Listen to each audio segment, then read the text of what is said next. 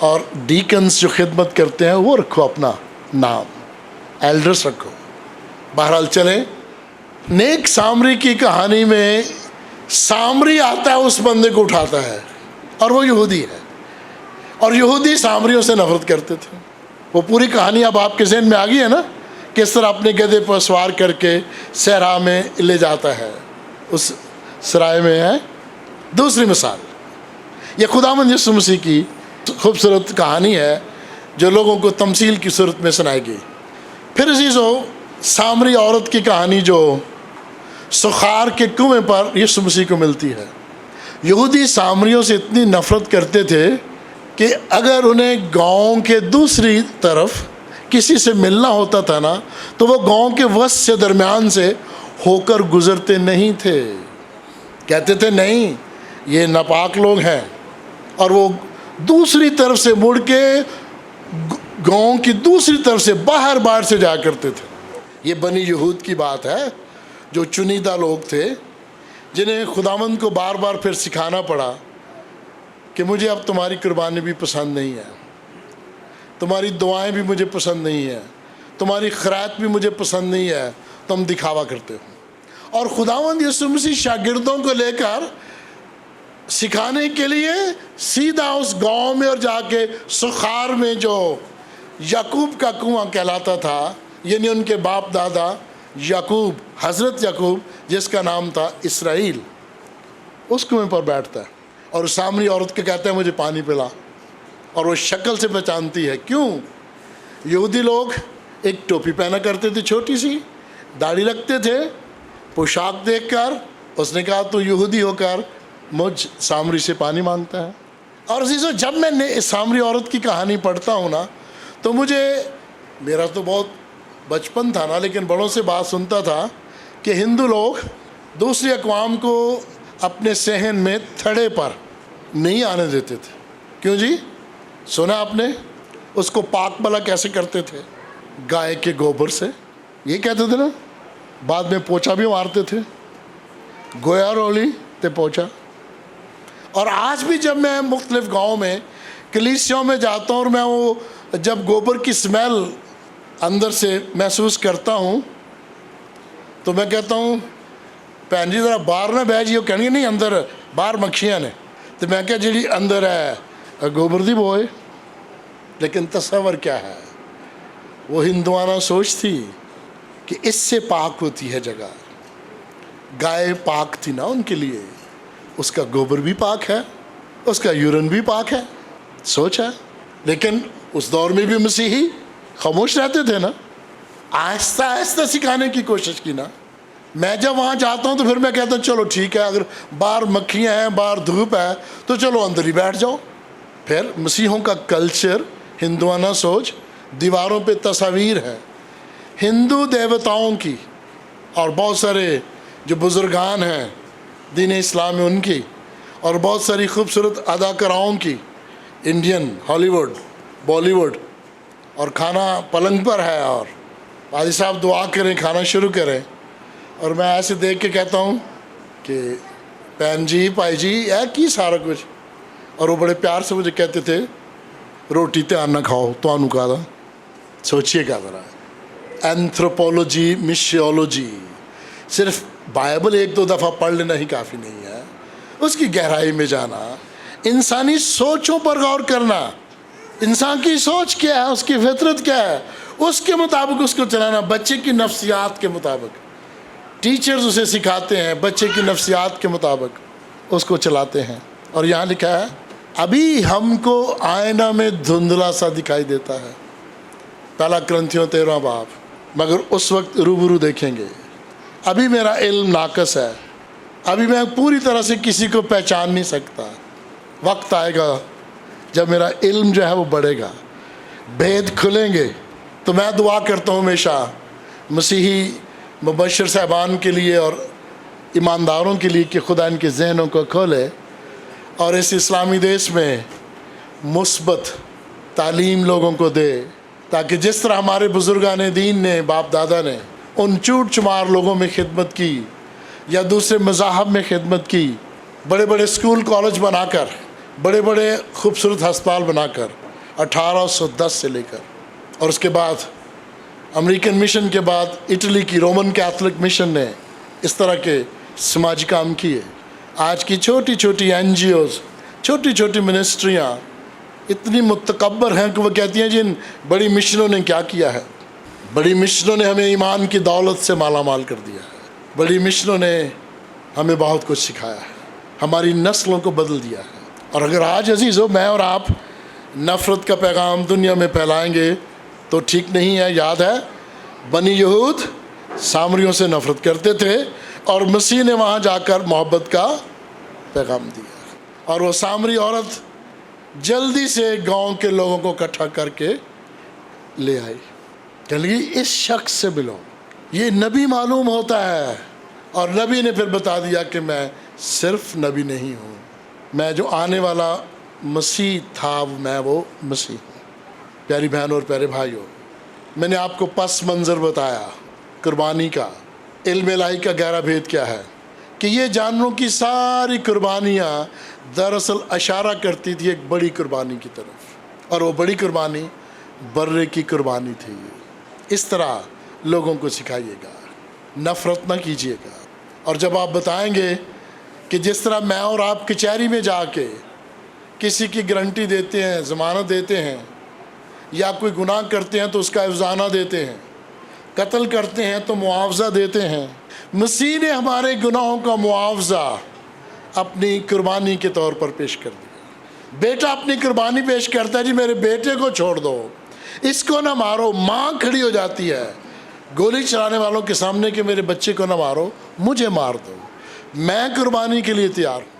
مسیح نے خود اپنے آپ کو پیش کر دیا کہ میں دنیا جہاں کے لوگوں کے لیے، بنی نوع انسان کے لیے قربان ہونے کے لیے آیا۔ تو عزیزو، آج کے اس دور میں عظیم برہ کو پیش کیجیے گا، اور وہ باتیں، وہ آیات جن کی تشریح ہمیں نہیں آتی، جن کا پس منظر ہمیں نہیں آتا، ان کو نہ چھیڑیں۔ اتنی ہی بات کریں جتنی آپ سمجھا سکیں، اتنا ہی مضمون پیش کریں جتنا آپ کور کر سکیں۔ اپنی طاقت سے زیادہ جب ہم باتیں کریں گے تو پھر حالات خراب ہو جائیں گے۔ اب اس بندے پہ جس پہ یہ کیس بنا ہے، اس کو پھر کم علم لوگوں نے اچھالنا شروع کر دیا۔ پتہ نہیں ان کے کیا سیاسی مقاصد ہیں، میں یہ اوپنلی کہتا ہوں، لیکن نفرت وہ اور زیادہ بڑھا دیں گے۔ آپ کو یاد ہوگا شانتی نگر پر حملہ ہوا، گھر چلائے گئے، کیمیکل پھینکا گیا، کیونکہ ماچس کی جو تیلی ہے اس سے تو گارڈر لوہے کے وہ نہیں پگھلتے۔ سانگلہ میں، لاہور شادرہ میں، بہت سارے گرجا گھروں میں وہ دہشت گردوں نے کیے، انتہا پسند سوچ رکھنے والوں نے کیے۔ کیا مسیحیت کم ہو گئی؟ پھر مسیحی لیڈروں نے ان کو معاف بھی کر دیا، مقابلے میں کسی کا گاؤں نہیں چلایا۔ مسیحیت پھیلتی ہے تو محبت سے۔ مسیح کے سارے شاگردوں نے محبت بانٹی۔ دیکھیں ہندوستان کے لوگ بت پرست تھے، اور تم رسول جنوبی ہندوستان میں آیا، اور اب دیکھیں جنوبی ہندوستان میں اکثریت مسیحوں کی ہے۔ وہ ٹیکسلا تک آیا، کلام کا بیج بو کے چلا گیا۔ ہم نے بھی اپنی باری باری پہ چلے جانا ہے، لیکن محبت کا بیج بو کے جائیں، نفرتیں قدورتیں کم کریں، ایک دوسرے کو برداشت کریں، ایک دوسرے کے عقیدے کو برداشت کریں، ایک دوسرے کی سوچ کو برداشت کریں، ایک دوسرے کو کہنے کا، سننے کا، بولنے کا موقع دیں۔ لازمی نہیں ہے کہ جو قربانی کا تصور آپ کے ذہن میں ہے وہ ہر ایک کا وہی ہو۔ ہم تو آپس میں بھی بپتسمے کے پر بھی ہماری سوچ فرق ہے، غیر زبانوں پر ہماری سوچ فرق ہے، پاسبانی خدمت پر ہماری سوچ فرق ہے، مخصوصیت پر ہماری سوچ فرق ہے۔ پہلے اپنے مسائل تو ہم حل کر لیں، پھر یہ جو فائرنگ ہے دور دور تک، اس کے بارے میں سوچیں۔ ابھی آپ ساحل ہی نہیں ہے، علم ہی نہیں ہے، وسائل ہی نہیں ہے، ذہن بھی محدود ہے، تو کیوں چھیڑخانی کریں؟ محبت بانٹیں اور بنی نوع انسان سے پیار کریں، ایک دوسرے کو ملیں۔ امریکہ میں، کینیڈا میں بچوں کو پہلی جماعت سے سکھایا جاتا ہے کہ کس طرح تم نے مختلف تہذیبوں کے لوگوں سے رہنا ہے۔ میرا پوتا 10 سال کی عمر میں مجھے بتا رہا تھا کہ ہمارے اسکول میں ہمیں سکھایا جاتا ہے اور اس نے ایک شخص کا نام بھی لیا کہ وہ نا دادا ٹھیک نہیں ہے, وہ کالے لوگوں سے نفرت کرتا ہے, بری بات ہے. پھر وہ ہندوؤں کی, سکھوں کی ان کے پروگراموں میں جاتے تھے بچے ایک دوسرے کے, تو کہتے ہیں کہ وہ فلاں شخص ہے, وہ مجھے منع کرتا ہے کہ ان کے پروگراموں میں نہ جاؤ. اس دنیا میں بے شمار مذاہب ہیں, عقائد ہیں, وہ دنوی ہیں یا الہامی ہیں, یہ بھی بحث کرنے کی ضرورت نہیں ہے. میرا اور آپ کا یہ شکوہ نہیں ہونا چاہیے کیا خداوند ہم نے تو بڑی اچھی گندم بوئی تھی تو بیچ میں کڑوے دانے کہاں سے آ گئے, جلدی جلدی اجازت دے جا کے ہم کڑوے دانے کاٹ آئیں. حکم کیا تھا کہ ان کو بڑھنے دو, میں کاٹ لوں گا, جب وقت آئے گا میں کڑوے دانوں کو کاٹ لوں گا. اور جو علم رکھنے والے لوگ ہیں نا یہاں, صاحب علم ہے, انہیں پتہ ہے خدا کس طرح کڑوے دانوں کو اور کڑوی اقوام کو اس دنیا جہاں سے صاف کر رہا ہے. اسے پتہ ہے کب اور کس وقت خاندانوں کو صاف کرنا ہے اور انفرادی طور پر جو ابلیسی سوچ رکھتے ہیں انہیں صاف کرنا ہے. سو آج کا خاص مضمون ایمان ہو یا امید ہو یہ دائمی نہیں ہے, زبانیں ہوں تو دائمی نہیں ہے, علم ہو تو دائمی نہیں ہے, نبوت ہو تو دائمی نہیں ہے.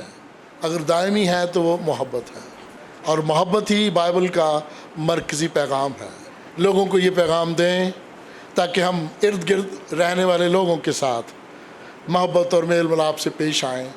ایسا نہ ہو کہ جس طرح ہندو لوگ غیر اقوام کو اپنے صحن میں, اپنے ویڑے اپنے تھڑے چڑھن نہیں سن دیں دے, ہمیں بھی کہ خبردار دور ہی رہ, وہ نوبت نہ آئے. ایک دوسرے کو ملنے کے مواقع پیدا کریں, ایک دوسرے کو مبارک ہو کہنا پسند کریں, ایک دوسرے کو شاباش کہنا پسند کریں. سارے لوگوں کی قربانی غلط نہیں ہوتی, نیت بھی بہت سے لوگوں کی اچھی ہے. یہ جو ہم دیکھ دیتے ہیں یہ بھی تو شکر گزاری ہے نا. بے شک ہم خود ہی کھا جاتے ہیں. اگر کوئی قربانی کرتا ہے اور آدھے سے زیادہ وہ خود رکھتا ہے تو چلو کچھ نہ کچھ تو دیا ہے نا. پازیٹیو مثبت پہلو پہ جائیے گا. ہماری شکر گزاریاں, آپ یہاں پھل سبزیاں لے کے آتے تھے تو ظاہر ہے وہ کہن وہی وصول کرتے تھے, تو کہن بھی آپس میں شیئر کرتے ہیں. اس دور میں بھی اب بھی. خداوند آپ سبوں کو آج کے زندگی بخش کلام کے وسیلہ ڈھیروں روحانی اور دنیاوی برکات سے مالا مال کرے.